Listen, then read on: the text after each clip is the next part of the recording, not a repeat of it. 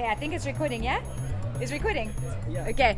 Molweni nonke igama lam ku Caley.Africa ndingumntana ku Gatshana. I think you all know where Gatshana is. When I say this in the main city center, they're like, what? Where's Gatshana? But yeah, you can check out what I'm up to at Caley.VDK on Instagram. That's my main social handle. I need to get on Twitter, but until such time, at CALEYVDK on Instagram. You can put this in the show notes.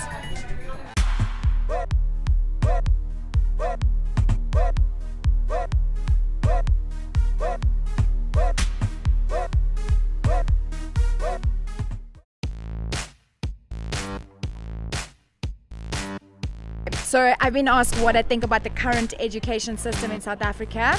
I think it's very old school. I think it came from a colonial system. I think it needs radical transformation, and by radical I mean we need to transform the system fast. For one, I certainly think that in the allo education we need to start looking at nutrition. So we need to start looking at like health, because at the end of the day our bodies are the things that produce energy that allow us to go out into the world to actually create. And I think the new world that we're going into, it's going to be filled with entrepreneurs, guys hustling from their homes, working from everywhere. So what we really need more than anything is energy. And so to get energy, we need to be putting amazing things into our bodies. So I think certainly the allo system needs to include nutrition.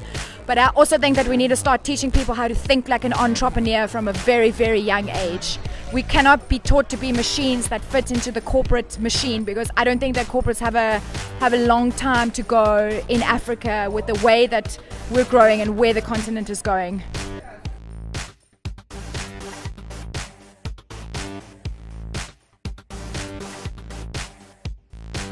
Biggest business summit in the world.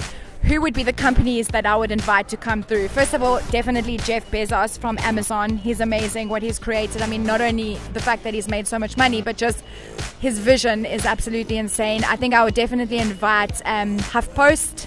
Trying to think what other companies. Obviously Apple. I mean, Steve Jobs left an amazing legacy with Apple, and the vision that he had that's now being carried forward. I think Apple is a great example of a brand that's been built, and I think in South Africa that's what we need to learn, is to build brands for the long run, right? Not just companies that are gonna be around for the next 10 years, but we need to build, as DJ Spoo said today, we need to build a legacy. So of course Apple.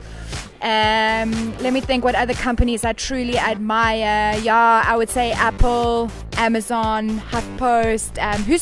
We need guys shaking up the media space. You know, obviously I really like Vice. I think that I would like to invite the Vice guys over from a media arena to understand how to do media differently, to democratize media. I think in this country, what we really need to learn is to democratize our media, and we can learn from guys like Vice, who've been on the ground, they've been there. Cool.